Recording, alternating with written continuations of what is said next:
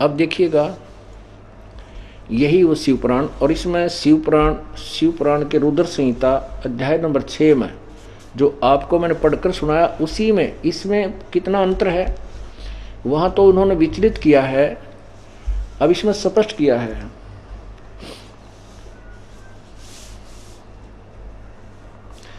शिव ने, इसका पृष्ठ नंबर 16 है, ये 16 पृष्ठ पे, इसमें शिव ने पहले इसमें एक आनंद वन का निर्माण किया था। ये थोड़ा सा सुनाऊंगा क्योंकि आपको पहले में, अब वो थोड़ा सा भ्रम निवारण करना है। अक्षेत्र आनंददायक हेतु होने से आनंद कानन और पीछे अभिमुक्त कहा। शिवा शिव के उस आनंद वन में रमण करने पर, हे नारद जी, शिवा दुर्गा शिव ये काल रमण करने पर स्त्री पत्नी विहार करने से इच्छा हुई कि कोई दूसरा पुरुष निर्माण किया जाए, जिस पर स्वच्छंद विहार करने वाले हम ये भार सब महाभार अर्पण करके निर्वाण शांति का धारण करें, केवल काशी में शयन करें। अच्छा आगे देखो, वह प्रभु इस प्रकार निश्चय करके पराशक्ति के 10वें अंग में सुधा रूपी आवास सत्य भाग से व्यापार करते हुए पति पत्नी व्यवहार स्पष्ट लिखा है। तब उससे त्रिलोकी में एक अति सुंदर पुरुष प्रकट हुआ जो शांत और सत्व गुण से युक्त गंभीरता में सागर के समान था। अब इन्होंने बिल्कुल क्लियर यहां अनुवाद सही कर दिया है।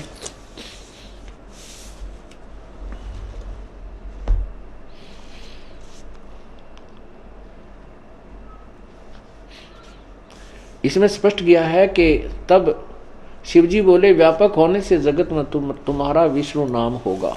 ठीक हुआ। अब ये स्पष्ट हो गया कि शिव और दुर्गा से विष्णु की उत्पत्ति हुई, और पहले ब्रह्मा की उत्पत्ति भी आपको बता दी गई थी कि इन्होंने, क्योंकि उस अनुवादकर्ता में जो गीता प्रेस गोरखपुर से प्रकाशित है उसमें थोड़ा भिन्नता करने की चेष्टा की है, गोलमोल की चेष्टा की है, इसमें स्पष्ट किया। अब आपको आगे दिखाता हूं कि एक समय ब्रह्मा और विष्णु में झगड़ा हो गया। विष्णु कहता है ब्रह्मा को, मैं तेरा बाप, और ब्रह्मा कहता मैं तेरा बाप। इसी बात पर दोनों लट्ठम लट्ठा लड़ाई झगड़ा शुरू कर दिया और हथियार निकाल लिए। बहुत सी सेनाएं इनकी मृत्यु को प्राप्त हुई, आपस में बहुत गंभीर युद्ध हुआ। उस समय का वर्णन सुनाते हैं कि फिर काल आके प्रकट हो गया। उसने उनके बीच में ब्रह्मा और विष्णु के बीच में एक तेजोमय लिंग स्तंभ, एक खंभासा प्रकट कर दिया,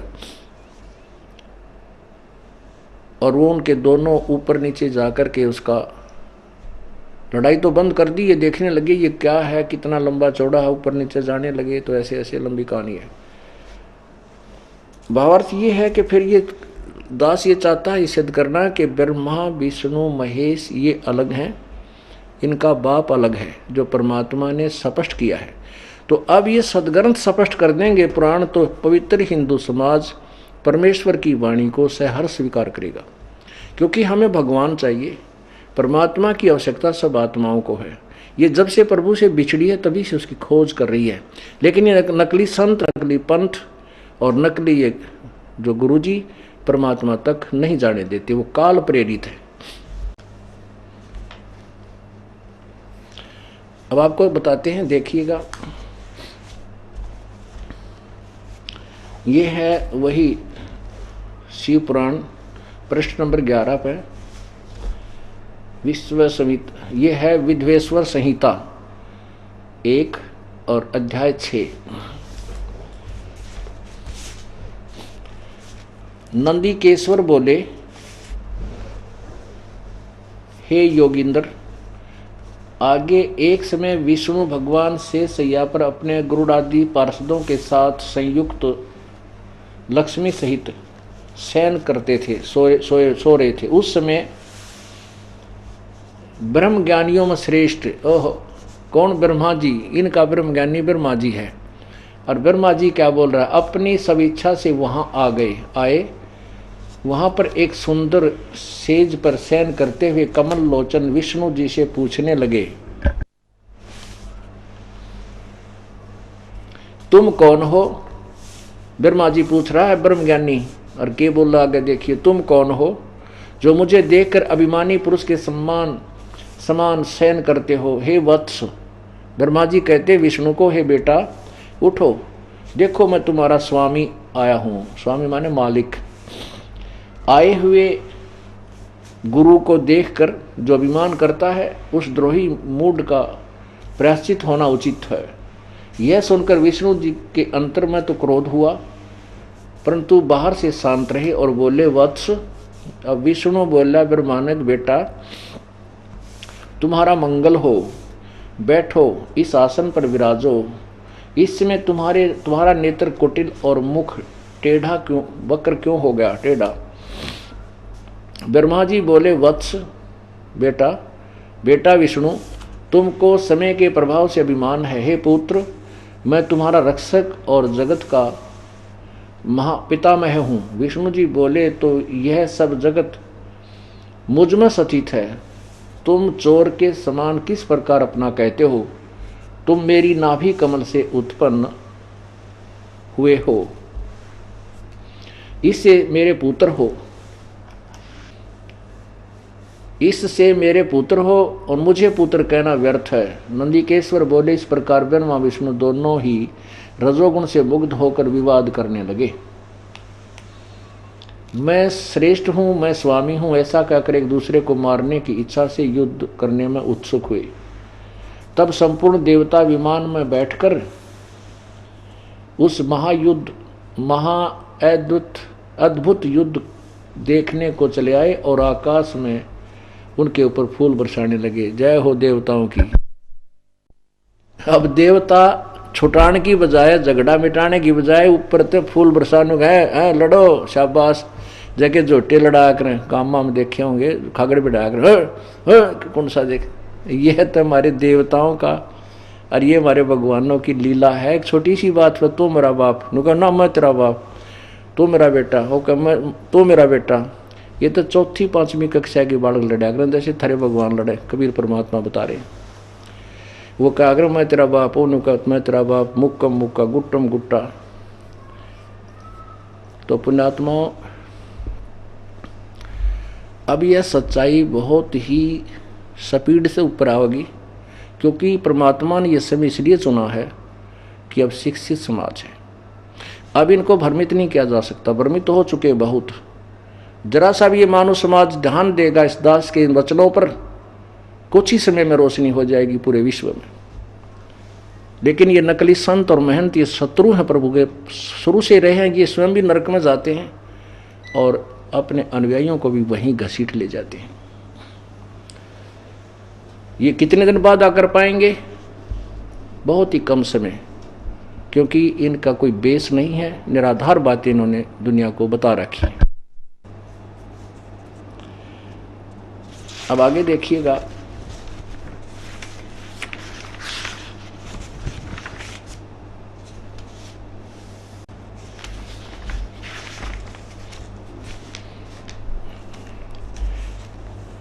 अब आपने पढ़ा ये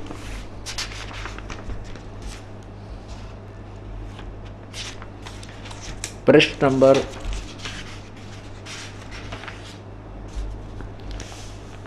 13 पर,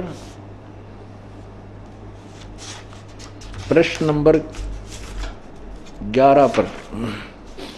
अपने प्रश्न नंबर 11 पर यह पढ़ा जो दास ने भी आपको पढ़कर सुनाया कि ब्रह्मा विष्णु महेश आपस में लट्ठम लट्ठा हो गए, देवता उन पर फूल बरसाने लगे। फिर इनका युद्ध समाप्त हुआ क्योंकि बीच में स्तंभ डाल दिया। अब ज़्यादा ना सुना करके दास केवल अपने उसे पिक पॉइंट पर आएगा कि ब्रह्मा विष्णु और महेश से अलग है एक वो काल ब्रह्म, जिसको काल भी बोलते हैं। ये देखिएगा,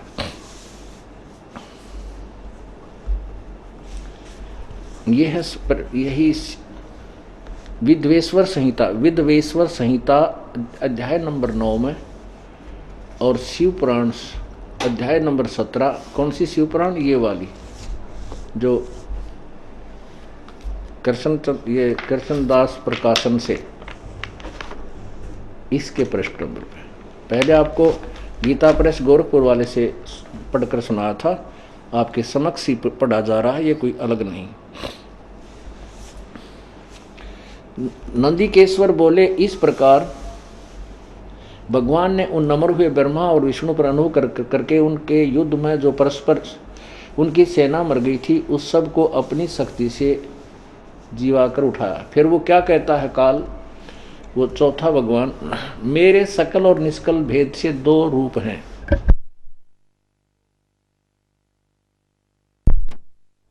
दो स्वरूप हैं, परंतु और ईश्वर नहीं। इस कारण उनके दो रूप नहीं हो सकते। पहला सतम रूप और पीछे मूर्तिमान रूप धारण किया। इसमें ब्रह्म रूप निष्फल, ये निष्कल है, वैसे निष्फल नहीं, और ईश्वर रूप सगुण है।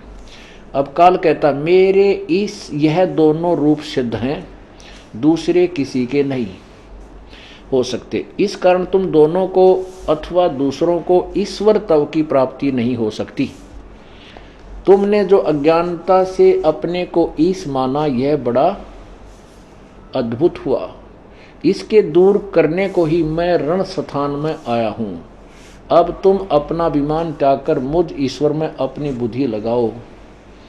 मेरे प्रसाद से लोक में सब अर्थ प्रकाश करते हैं। अब स्पष्ट कर दिया, अब इस काल ने स्पष्ट कर दिया कि ब्रह्मा और विष्णु तुम भगवान नहीं हो, तुम ईश नहीं हो।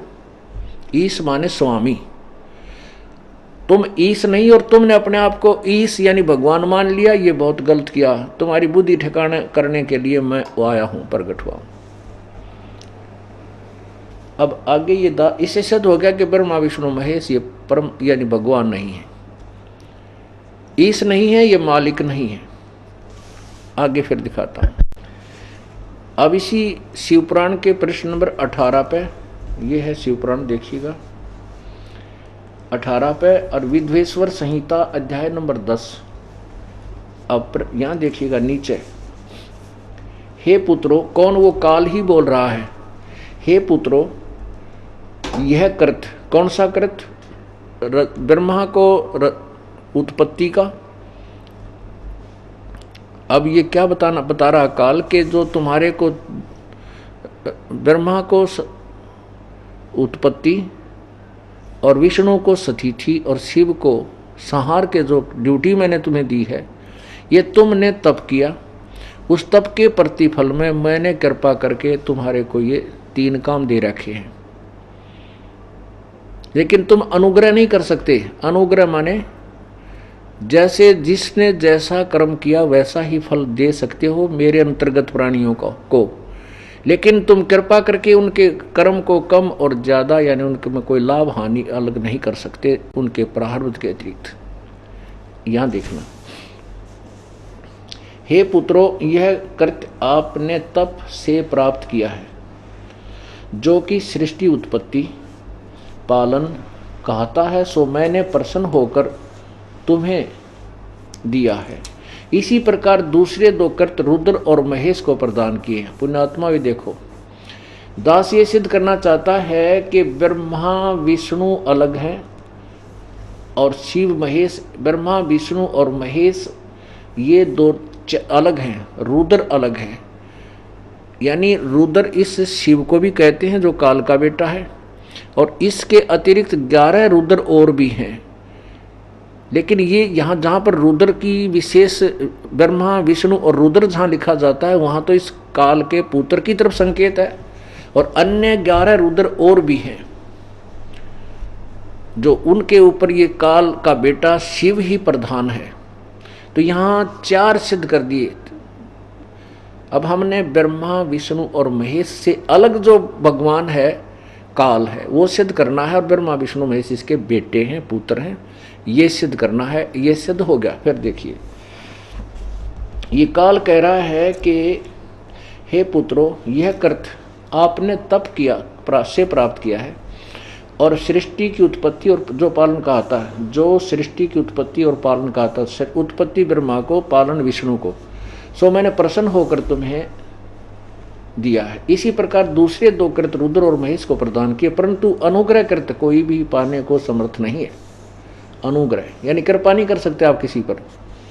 जैसा भी मैंने कहा है वैसी सतिथि और उतना ही पालन जो तुम्हारे को मिले उनका संस्कार देना है, और संहार भी उसी समय कर्म अनुसार ही कर सकते हो, इससे कमबत्ती तुम नहीं करोगे, अनुग्रह नहीं कर सकते, किसी पे कृपा नहीं कर सकोगे।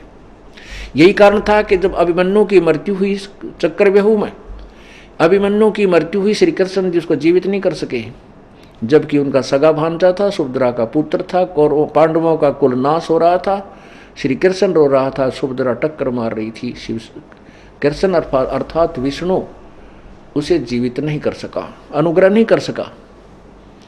यही प्रमाण करती है अपनी शिवपुराण।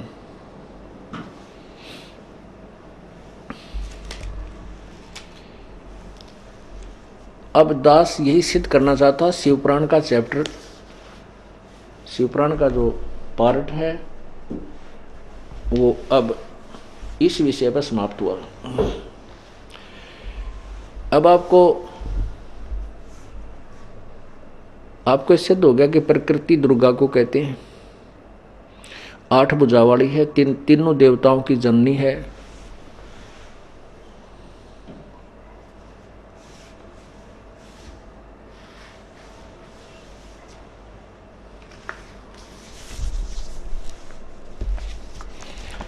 और काल रूपी ब्रह्म भी इसी को कहते हैं, किसको? काल को। आपने शिव पुराण अभी देखा था, फिर देखिएगा जो गीता प्रेस गोरखपुर से प्रकाशित है, इसमें से सिद्ध करना है कि काल रूपी ब्रह्म कौन है।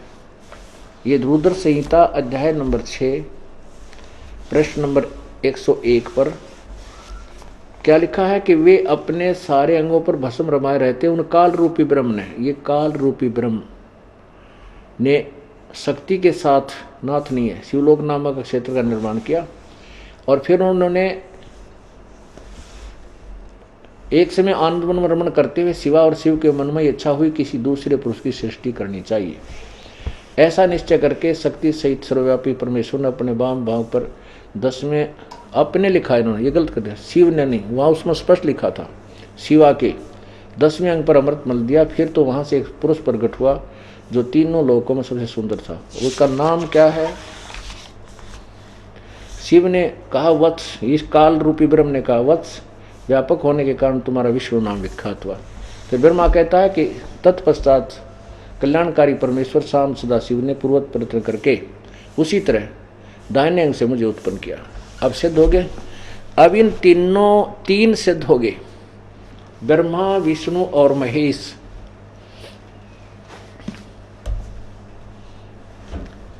पुण्यात्मा, ये सदग्रंथ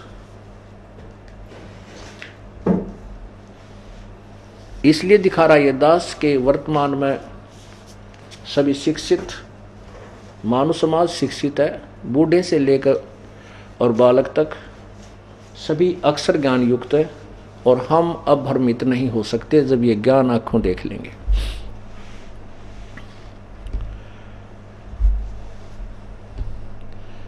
अब आपको श्री देवी भागवत महापुराण में परमात्मा की वो अमर वाणी सिद्ध करना चाहता है ये दास कि ब्रह्मा और विष्णु की माँ दुर्गा है और काल इनका पिता है, काल रूपी ब्रह्म।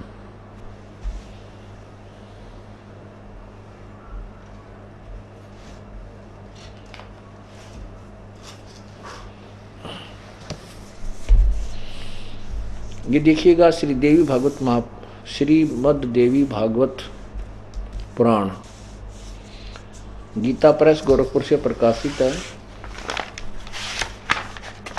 अनुवादकर्ता कौन है इसका? संपादक हनुमान प्रसाद पोदार, चिमन लाल गोस्वामी। और ये कहाँ से प्रकाशित है? प्रकाशक एवं मुद्रक गीता प्रेस गोरखपुर से। अब आइएगा इसके तीसरे स्कंद के अध्याय नंबर 8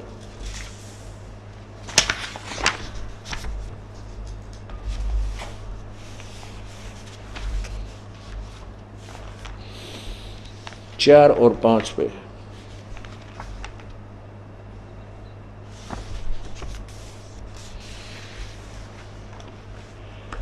अध्याय नंबर 1 से हम प्रारंभ करेंगे। इसको देखिएगा, ये है तीसरा स्कंद और प्रथम अध्याय ये यहाँ से प्रारंभ होता है। पृष्ठ नंबर ये इधर है 112, यहाँ 113 से प्रारंभ होता है तीसरा स्कंद।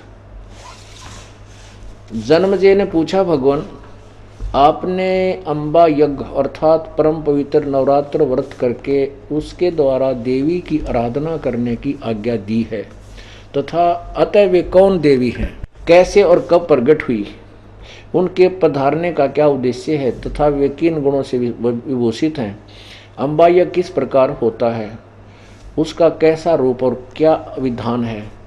दयानिधे आप सर्वज्ञान संपन्न हैं, विधिवत सब वर्णन करने की कृपा कीजिए। ब्रह्मन साथ ही विस्तार पूर्वक ब्रह्मांड की उत्पत्ति भी कहिए, क्योंकि भूदेव ब्रह्मांड के विषय में जो कुछ कहा जाता है तथा वह जैसा जो है ये सभी बातें आप जानते हैं। मैंने सुना है कि ब्रह्मा विष्णु रुद्र ये तीनों सगुण देवता हैं।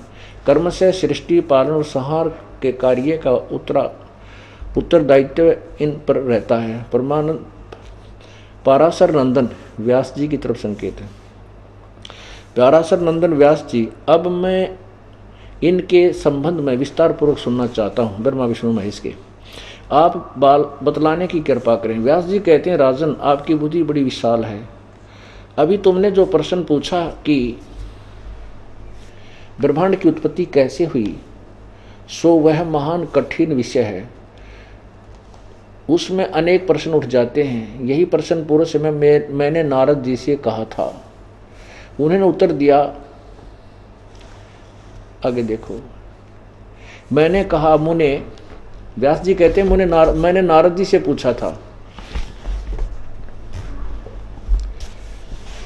मुने आप बुद्धिमान हैं, मुझे यह बताने की कृपा कीजिए कि इस विस्तृत ब्रह्मांड के प्रधान कर्ता कौन है।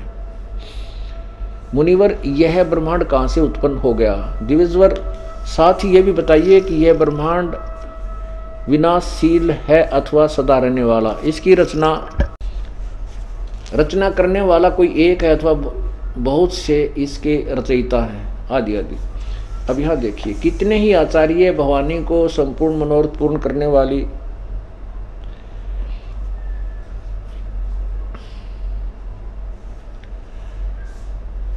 बतलाते हैं। वे आदि माया महाशक्ति एवं परम पुरुष के साथ रहकर कार्य संपादन करने वाली प्रकृति हैं।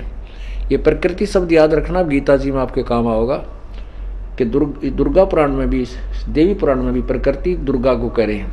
ब्रह्म के साथ उनका अभेद संबंध है। ब्रह्म ये काल है, काल रूपी ब्रह्म आपने शिव पुराण में पढ़ा था अभी। तो ये काल रूपी ब्रह्म के साथ इस प्रकृति का अभेद संबंध है, अर्थात ये पति पत्नी रूप में, अर्धांगिनी रूप में इसके साथ है। वे सृष्टि, स्थिति और संहार कार्य में संलग्न रहती है। संपूर्ण प्राणियों एवं देवताओं की भी वे जननी है। उनका कभी जन्म और मरण नहीं होता। वे वैष्णवी, सांबवी, ब्राह्मी, सावसी, वासवी, वारुणी, वाराही, नारसिंही तथा अद्भुत महालक्ष्मी नाम से विख्यात है। महालक्ष्मी, ये भी ध्यान रखना।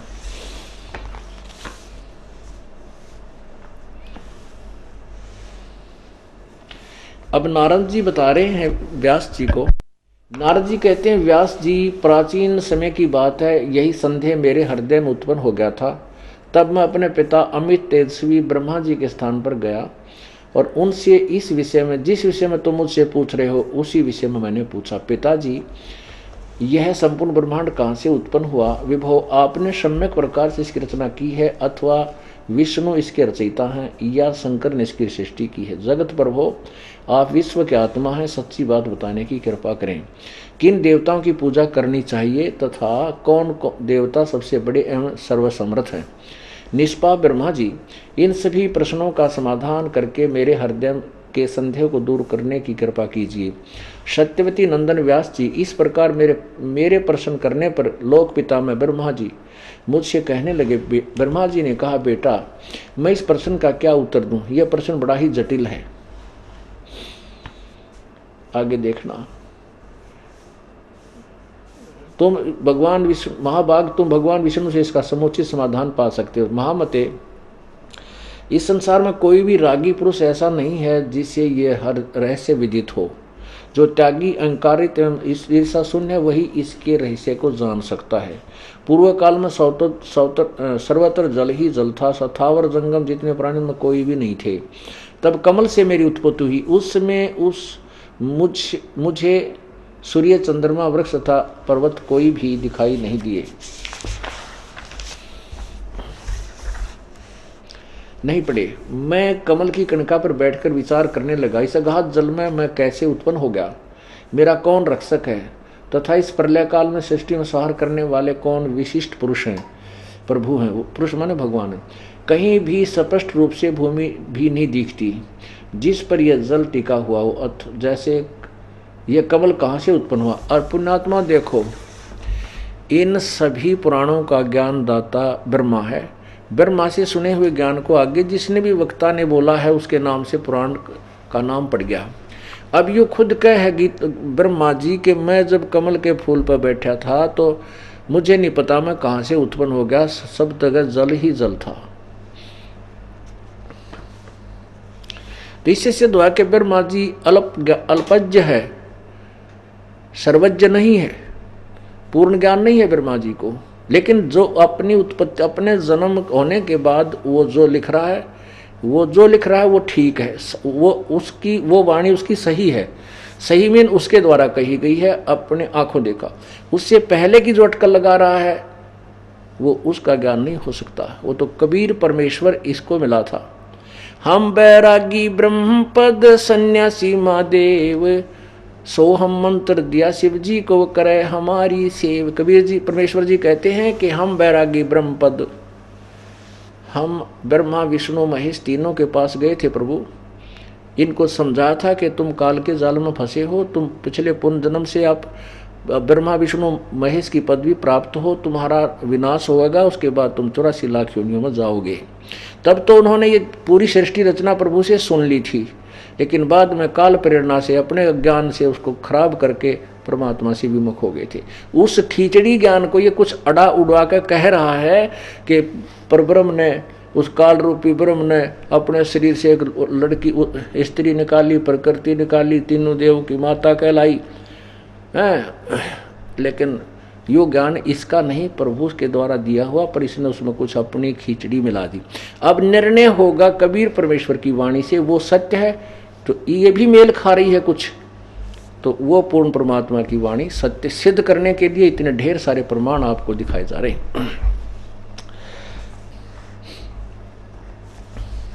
ब्रह्मा जी कहता, मैं विचार कर रहा हूं यह कमल कहां से उत्पन्न हो गया। यों विचार करके मैं जल में उतरा, 1000 वर्ष तक पृथ्वी का अन्वेषण करता रहा, इस पर भी मुझे उस जल का कहीं और छोर नहीं मिला। इतने में आकाशवाणी हुई, तप करो तप करो। तब मैंने तपस्या आरंभ कर दी। कमल पर बैठे ही 1000 वर्ष तक मैं तप करता रहा। फिर उसी समय सृष्टि करो, ऐसी आकाशवाणी सुनाई पड़ी। उसे सुनकर मैं बड़े आश्चर्य में पड़ गया, सोचा कि किसकी सृष्टि करूं अथवा मेरा क्या कर्तव्य है। उसी समय मधु और कैटव नाम के 2 भयंकर दानव सामने आए। वे उस महावर्ण में मुझसे युद्ध करने की इच्छा प्रकट करने लगे। मैं उनसे भयभीत हो उठा। तब कमल का डंठल पकड़कर जल में उतरा।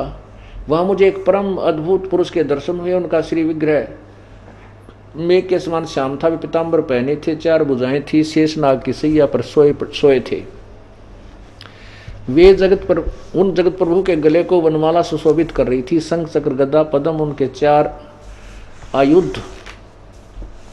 आयुधों से वे अनुपम शोभा पा रहे थे। ऐसे से साई भगवान विष्णु का मुझे दर्शन हुआ।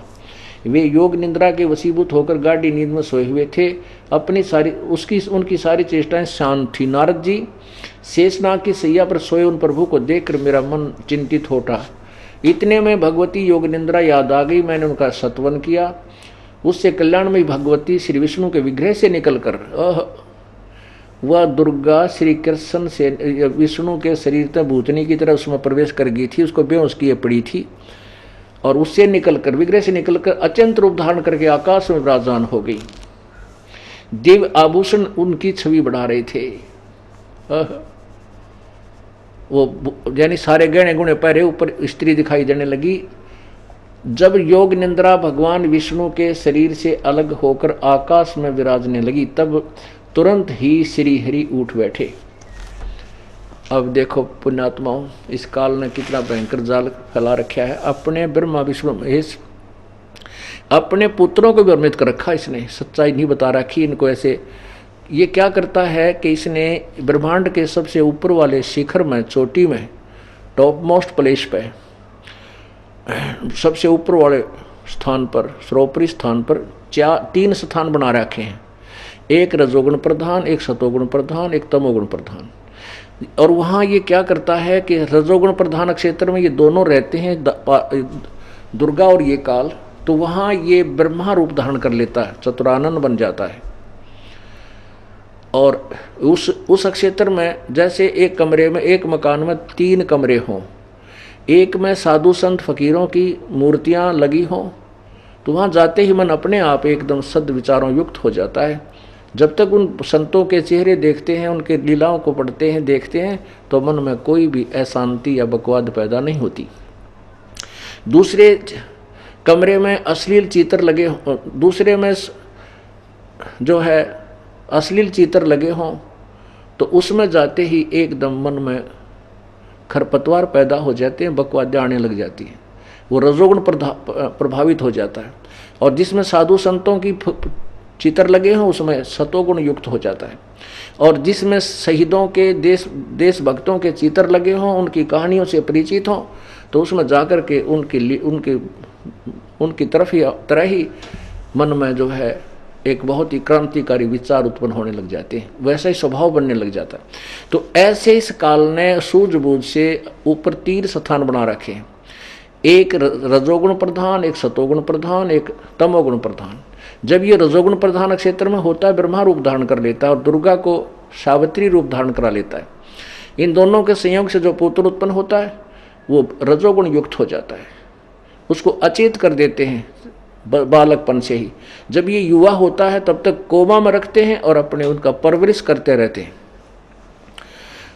और दूसरा जो रजोगुण सतोगुण प्रधान क्षेत्र है, उसमें जब ये विष्णु रूप धारण कर लेता है और दुर्गा को लक्ष्मी रूप धारण करा करके वहाँ जब रहते हैं, उनके संयोग से जो पुत्र उत्पन्न होता है वो रजोगुण युक्त हो जाता, ना सतोगुण युक्त हो जाता, उसका नाम ये विष्णु कर देते हैं। उसको भी बेहोश कर देते हैं, जैसे आप पढ़ रहे हो अभी कि विष्णु अचेत पड़ा था और उसमें से वो दुर्गा भूतनी की तरह निकल गई, बाहर स्त्री रूप धारण कर लिया।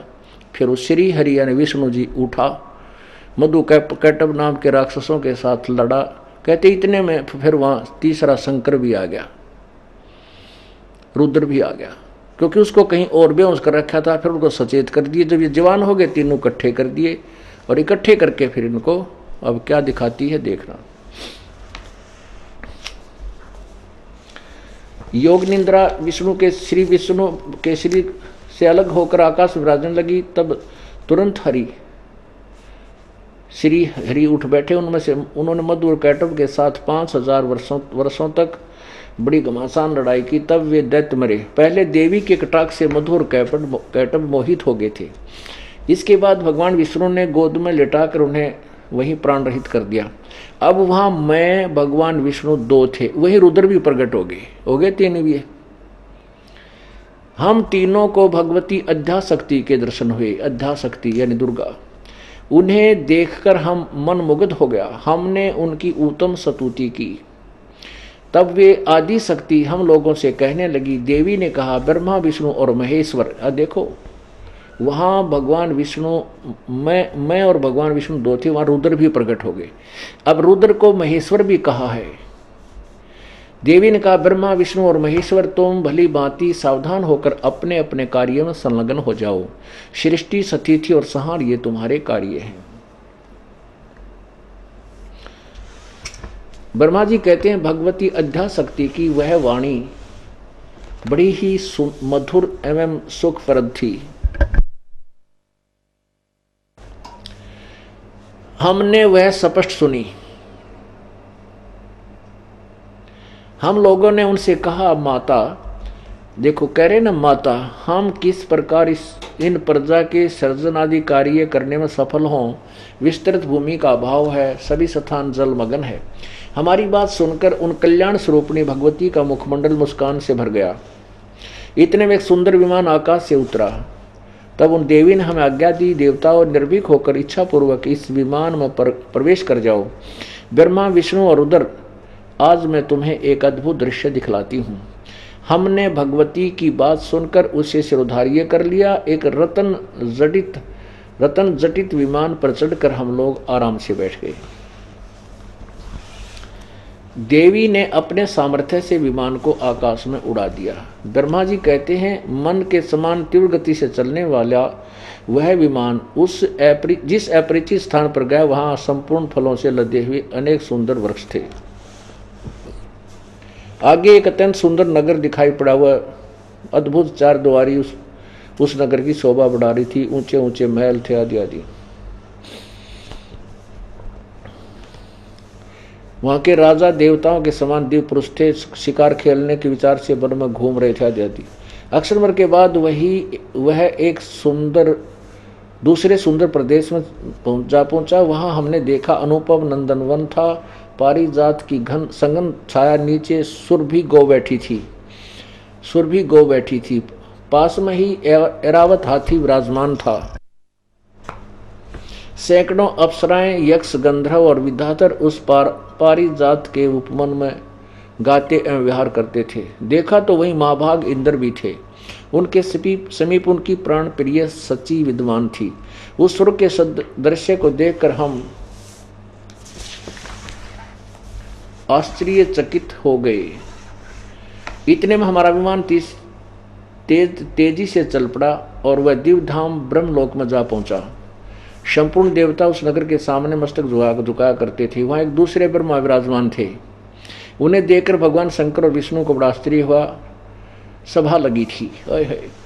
भगवान शंकर और विष्णु ने मुझसे पूछा, ब्रह्मा कह रहा है, चतुरानन, ये अविनाशी ब्रह्मा कौन है? मैंने उत्तर दिया, मुझे कुछ पता नहीं। सृष्टि के अधिष्ठता ये कौन है? भगवान, मैं कौन हूँ? ये कौन है? हमारा क्या उद्देश्य है? इस उलझन में मेरा मन चक्कर काट रहा है। इतने में मन के समान तीव्रगामी वह विमान तुरंत वहां से चल पड़ा और कैलाश के सुर में शिखर पर जा पहुंचा। वहां विमान के पहुंचते ही एक भव्य भवन से त्रिनेत्रधारी भगवान शंकर निकले। काल ने आगे जाकर शंकर रूप धारण कर लिया। वहां पर ब्रह्मा रूप धारण कर रहा था। वे नंदी पर वृषभ पर बैठे थे। उनके 5 मुख थे और 10 भुजाएं थी। मस्तक पर चंद्रमा सुशोभित हो रहा था। अक्षर भर के बाद भी विमान उस शिखर से भी पवन के समान तेज चाल से उड़ा और बैकुंठ लोक में पहुंच गया। वहां भगवती लक्ष्मी का विलास भवन था। बेटा नारद, वहां मैंने जो संपत्ति देखी उसका वर्णन करना मेरे लिए असंभव है। उस उत्तमपुरी को देखकर विष्णु का मन आश्चर्य के समुद्र में गोते खाने लगा। वहां कमल लोचन श्रीहरि विराजमान थे। अलसी के समान, फूल के समान उनके श्री विग्रह की कांति थी। पीताम्बर पहने थे, 4 भुजाएं थी आदि आदि। पुण्यात्माओं, काल ने इन ब्रह्मा विष्णु महेश का भ्रम तोड़ना था। कहीं तुम अपने आप को भगवान मान बैठो, अंडी पाक जाओ। तो इसलिए इन तीनों को बैठा करके दुर्गा को आदेश दिया कि इनको घुमा के दिखा दे कि तुम्हारे से ऊपर कोई और भी शक्ति है। तो यही अपनी देवी पुराण ही हमें बता रही है कि ब्रह्मा विष्णु महेश कहते हैं हमने नहीं पता ये कौन है। ब्रह्मा कहने लगा मेरे सिर चक्कर काटने लग गए, कौन? ब्रह्मा दूसरा है। और विष्णु शंकर जी कहते हैं मुझे नहीं पता ये और भगवान कौन है, शंकर। फिर विष्णु जी कहता मुझे नहीं पता ये और विष्णु कौन है। तो ये काल न्यों भ्रमित कर रहा है। इन अपने पुत्रों को भी यथार्थ ज्ञान नहीं देता, इनको भी गुमराह किए रहता है। इसे आगे देखिएगा।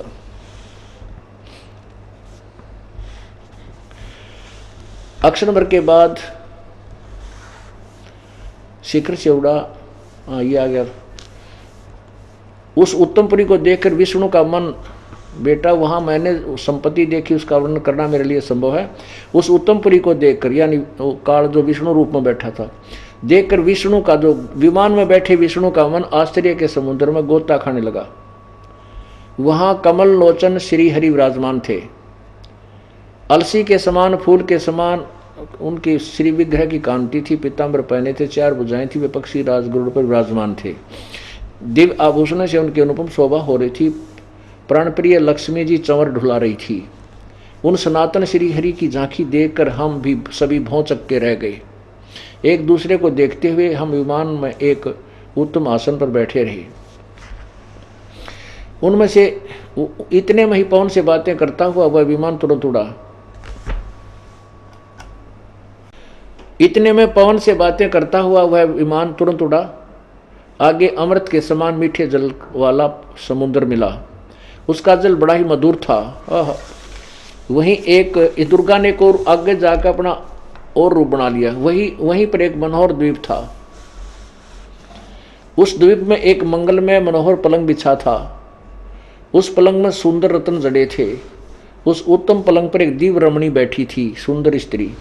वे ऐसी प्रभावपूर्ण देवी थी मानो करोड़ों बिजलियां एक साथ चमक रही हों। अत्यंत सुंदर मुखता, लाल लाल दांत थे, करोड़ों लक्ष्मियों से भी अधिक वह सुंदर थी। उन्हें देखकर हम सभी महान आश्चर्य में पड़ गए। कुछ समय तक हम वहीं ठहरे रहे।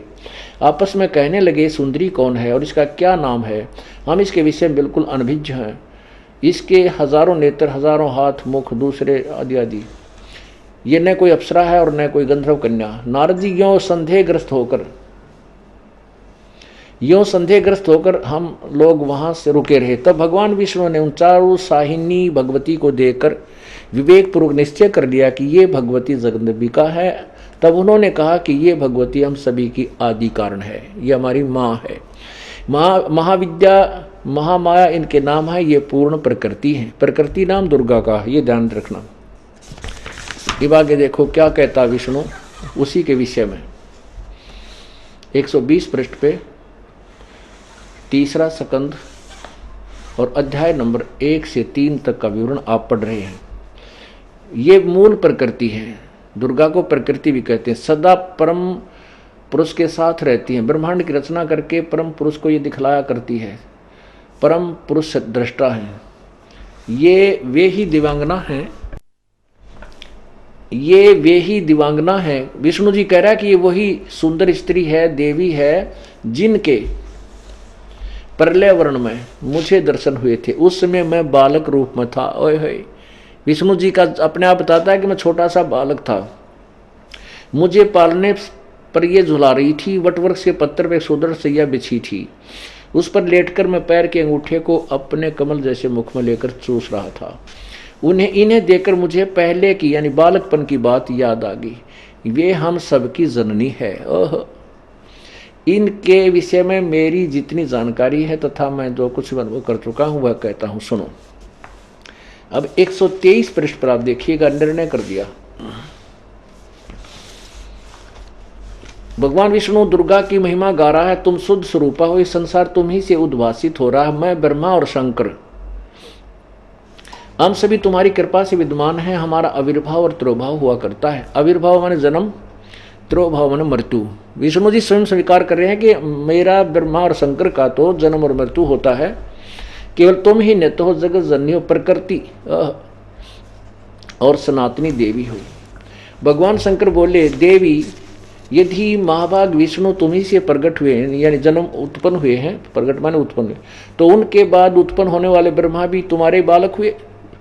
फिर मैं तमोगुणी लीला करने वाला शंकर का तुम्हारी संतान नहीं हुआ, अर्थात मुझे भी उत्पन्न करने वाली तुम ही हो। इस संसार की सृष्टि स्थिति और संहार तो मैं तुम्हारे गुण सदा समर्थ हैं।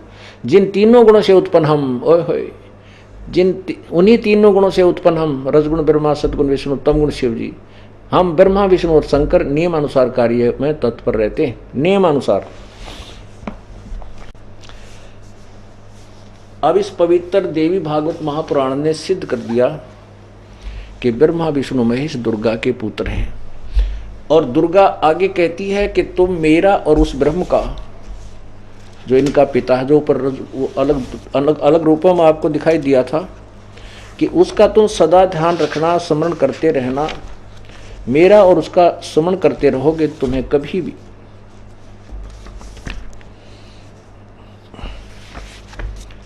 जो आपत्ति आवेगी तो हम तुम्हारे सामने प्रकट होंगे।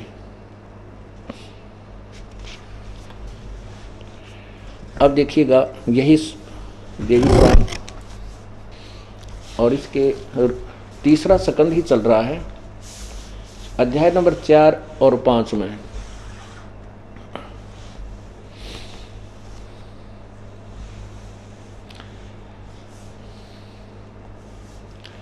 अब ब्रह्मा पूछ रहा दुर्गा से, इस मूर्त और अमूर्त जगत का आधार पूर्व में तुमसे पूर्व कोई भी दूसरा पुरुष नहीं था, कोई तीसरा भी नहीं था।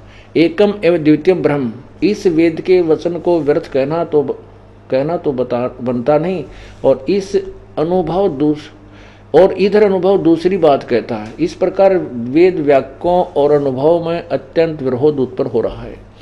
वेद कहते हैं एकम एवं द्वितीय ब्रह्म है, तो क्या वह आत्म स्वरूपा तुम ही हो अथवा वह कोई और पुरुष है? अब ब्रह्मा पूछे है कि केवल एक ही ब्रह्म है, अद्वितीय ब्रह्म है, क्या वो आप ही हो दुर्गा? तो दुर्गा यहाँ तो गोलमोल कहती है कि हाँ मैं वही हूँ, मैं ही हूँ, बुद्धि के भेद से भिन्न होता। आगे कहती मैं और वो, मुझे और उसको एक ही जानो। अब देखो क्या उत्तर देती है, अथवा कोई और, मेरे संदेह को दूर करने की कृपा करो। इस प्रकार महान पुण्य के प्रभाव से मुझे तुम्हारे चरणों की सेवा सुलभ हुई है। तुम स्त्री हो अथवा पुरुष, यह रहस्य भी मुझे विशद रूप से कृपा करके बतलाइए। अब दुर्गा कहती है, ब्रह्मा जी कहते हैं, इस प्रकार मैंने जब भगवती जगदम्बिका से विनयपूर्ण पूछा, तब वे मधुर वाणी में मुझसे कहने लगी। देवी ने कहा, मैं और ब्रह्म एक ही हैं। अय है, मैं और ब्रह्म एक ही हैं, या बोलगी झूठ है? आगे देखिए, मुझ में और इन ब्रह्म में कभी किंचित मात्र भी भेद नहीं है। वे हैं जो वे हैं वही मैं हूँ, और जो मैं हूँ वही वे हैं। बुद्धि के भ्रम से भेद प्रतीत हो रहा है। हम लोगों के सूक्ष्म भेद को जो जानता है वही बुद्धिमान पुरुष है, वो तत्वदर्शी संत है।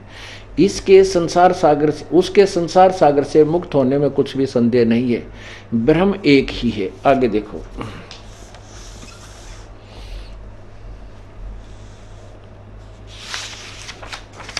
अब ये दुर्गा क्या करती है, तीनों का ब्याह कर देती है, स्वयं ही अपने 3 रूप धारण करती है, तीनों की शादी करके इनको फिर विमान में बैठा करके और इनके लोक में भेज देती है। अब दुर्गा इनका ब्याह करती है। देखिएगा ये तीसरा स्कंद चल रहा है, पृष्ठ नंबर 127 पर। ब्रह्मा जी, इस शक्ति को तुम अपनी स्त्री बनाओ, यह अनुपमा सुंदरी है, इसका मुख सदा मुस्कान से भरा रहता है। माँ सरस्वती नाम से विख्यात इस श्रेष्ठ देवी में सभी रजोगुण विद्यमान हैं। इसका दिव्य शरीर स्वच्छ शस्त्रों से शोभित है। यह सुंदरी अब सदा तुम्हारी स्त्री होकर रहेगी। इस प्रेसी भार्या को भी मेरी ही विभूति समझकर आदर की दृष्टि से देखना। पूर्व कल्प की भांति पुनः सृष्टि कर लो, परंतु ध्यान रखना काल क्रम अभाव से गुण आदि कारणों से अनुसार ही हमारी चराचर सृष्टि रचनी है। इसके बाद तुम, ये विष्णु जी को कहते, तुम इस लक्ष्मी के साथ सदा आनंद करना। रमाकांत पहला बीज है, ये इस तरह सट्टे मार रखे। आगे देखो, देवी ने कहा, शंकर तुम मन को मुग्ध करने वाली है, महाकाली गौरी नाम से विख्यात है। तुम इसे पत्नी रूप से स्वीकार करो। कैलाश की रचना करके वहीं रहो और इसके साथ सुखपूर्वक आनंद करो। तुम्हारी लीला में तमोगुण की प्रधानता रहेगी। परम पुरुष का ध्यान करने के लिए तुम तप कर चुके हो। महादेव तुम बड़े पुण्यात्मा हो। परमात्मा शांत स्वरूप है, उनमें सद्गुण प्रधान है, तुम्हें उनकी शरण लेनी चाहिए। तुम तीन गुणों से संपन्न हो। सृष्टि स्थिति और संहार तुम्हारे कार्य है। अब इससे क्या सिद्ध हो गया कि ब्रह्मा विष्णु महेश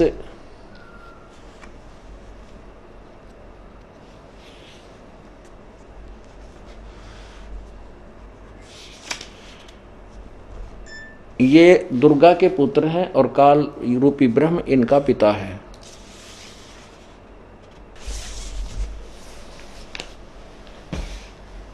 अब ये दास जो परमात्मा की वाणी को सिद्ध करना चाहता है वो सिद्ध हुई। 2 पुराणों ने समर्थन कर दिया। विष्णु पुराण में भी इसका बहुत ही अच्छा विस्तृत विवरण है। अब परमात्मा कहते हैं कि अब मैं तुमसे कहूं चिताई त्रिदेवन की उत्पत्ति भाई। माँ अष्टंगी पिता निरंजन ये जम दारुण वंशन अंजन पहले की निरंजन राई पीछे से माया उपजाई। फिर क्या बताते हैं, 3 पुत्र अष्टंगी जाए ब्रह्मा विष्णु शिव नाम धराए। तिनके सुत हैं तीनों देवा अंधे जीव करत हैं सेवा। अब ये अंधे जीव हैं जो ब्रह्मा विष्णु महेश की पूजा करते हैं। और ब्रह्मा विष्णु महेश की उत्पत्ति अब यहाँ अपने एक और सिद्ध करना पड़ेगा इस दास ने कि रजगुण ब्रह्मा है, सतगुण विष्णु, तमगुण शिव जी।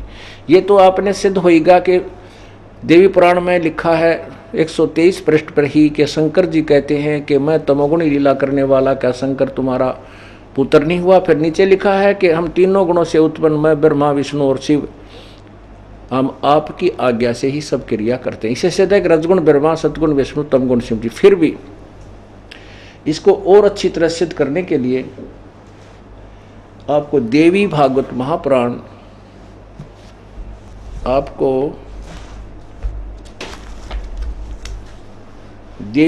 महापुराण फिर दिखाते हैं। इसमें केवल इतना ही सिद्ध करेंगे कि रजगुण ब्रह्मा है, सतगुण विष्णु, तमगुण शिव जी। तब अपनी पवित्र गीता जी का ज्ञान आपके समझ में आएगा। ये देखिएगा श्री देवी भागवतम हिंदी टीका सहित, ये है अथ देवी भागवतम सभाष्टीकम सैमतम, खेमरा श्री कृष्ण प्रकाशन बम्बई। ये श्रीमद देवी भागवत है। पहले आपको श्री शिवपुराण दिखा था। इसके 3रे स्कंद में ये देखिएगा, अथ श्रीमद देवी भागवत भाषा टीका युक्ते 3य स्कंद प्रारंभते। 3रा स्कंद यहाँ से प्रारंभ होता है। अब इसमें ये भगवान शंकर कह रहे हैं देवी भागवत भाषा टीका सहित 3य अध्याय नंबर 5, 3रे स्कंद का ये 5वां अध्याय। इसमें यहाँ देखिएगा 8वें श्लोक में कहा है हे माता, ये संस्कृत है। आगे इसकी ये हिंदी है। हे माता, यदि हमारे ऊपर सदा आप दयायुक्त हो तो हमको तमोगुण में किस प्रकार प्रदान किया है। ब्रह्मा रजोगुण और हरि सतोगुण युक्त किए हैं।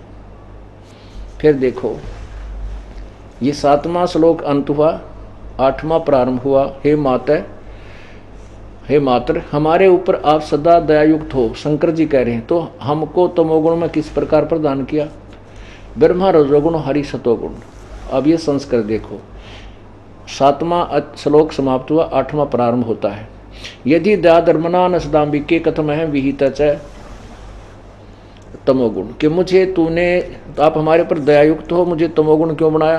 कमल जय, कमल से उत्पन्न होने वाले ब्रह्मा को रजोगुण संभव रजोगुण बनाया।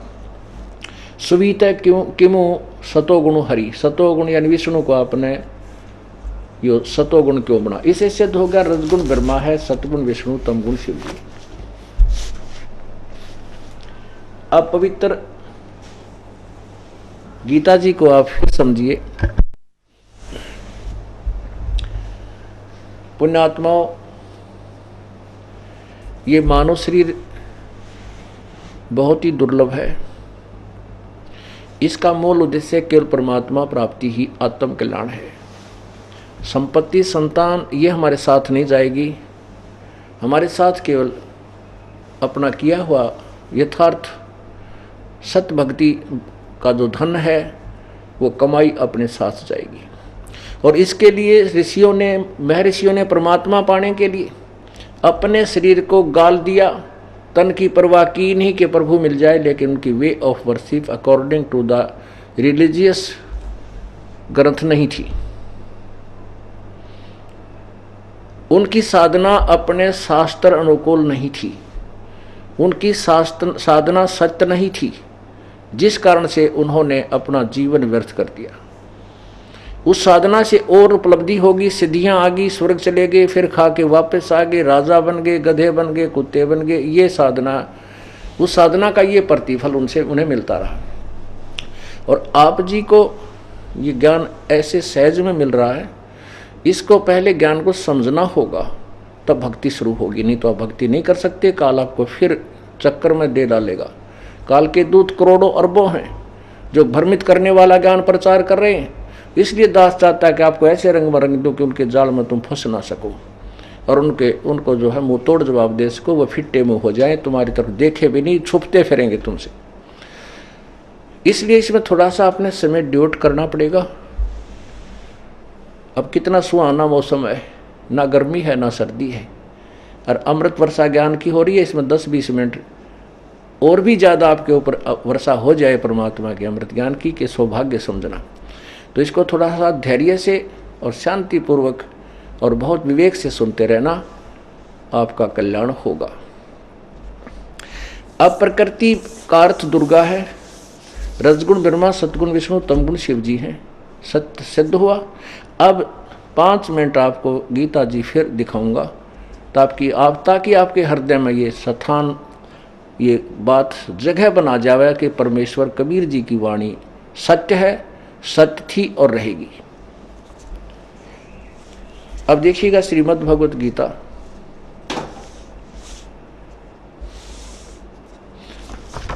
इसके अध्याय नंबर 14 में आते हैं, 14, जिसमें सृष्टि रचना का बिल्कुल स्पष्ट वर्णन है। तो क्या बताते हैं कबीर परमेश्वर, भाई गुरु बिन काहू न पाया ज्ञाना, जो थो था बुझ छड़े किसाना। परमेश्वर कहते हैं सतगुरु बिन काहू न पाया ज्ञाना, और जो थो था बुझ छड़े मूड किसाना। गुरु बिन वेद पढ़े जो प्राणी, समझे न सार रहे अज्ञानी। ओए गुरु के बिना, सतगुरु के बिना, गुरु कहो क्योंकि गुरु शब्द पर्याप्त है, लेकिन सतगुरु इसलिए कहना पड़ता कि अज्ञानी गुरु प्रसिद्ध हो चुके। सतगुरु बिन काहू न पाया ज्ञाना, जो थो था बुझ छड़े मूड किसाना। सतगुरु बिन वेद पढ़े जो प्राणी, समझे न सार रहे अज्ञानी। अब ये गीता जी 5500 वर्ष पहले लिखी गई, बोली गई थी, और आज तक इसके बारे में कह नहीं जानता हिंदू समाज के विद्वान और महर्षि और ऋषि और वो गुरु और ब्राह्मण। आज ये दास प्रभु कबीर परमेश्वर की वाली बुद्धि से, उनकी दी हुई तुच्छ बुद्धि के अंदर परमात्मा ने वो बुद्धि ज्ञान योग खोल दिया इस दास का। उस ज्ञान, तत्व ज्ञान योग के आधार पर ये दास इन सदग्रंथों को उधेड़ रहा है, स्पष्ट आपके सामने कर रहा है, जो यथार्थ रूप में आप समझ सकते हो।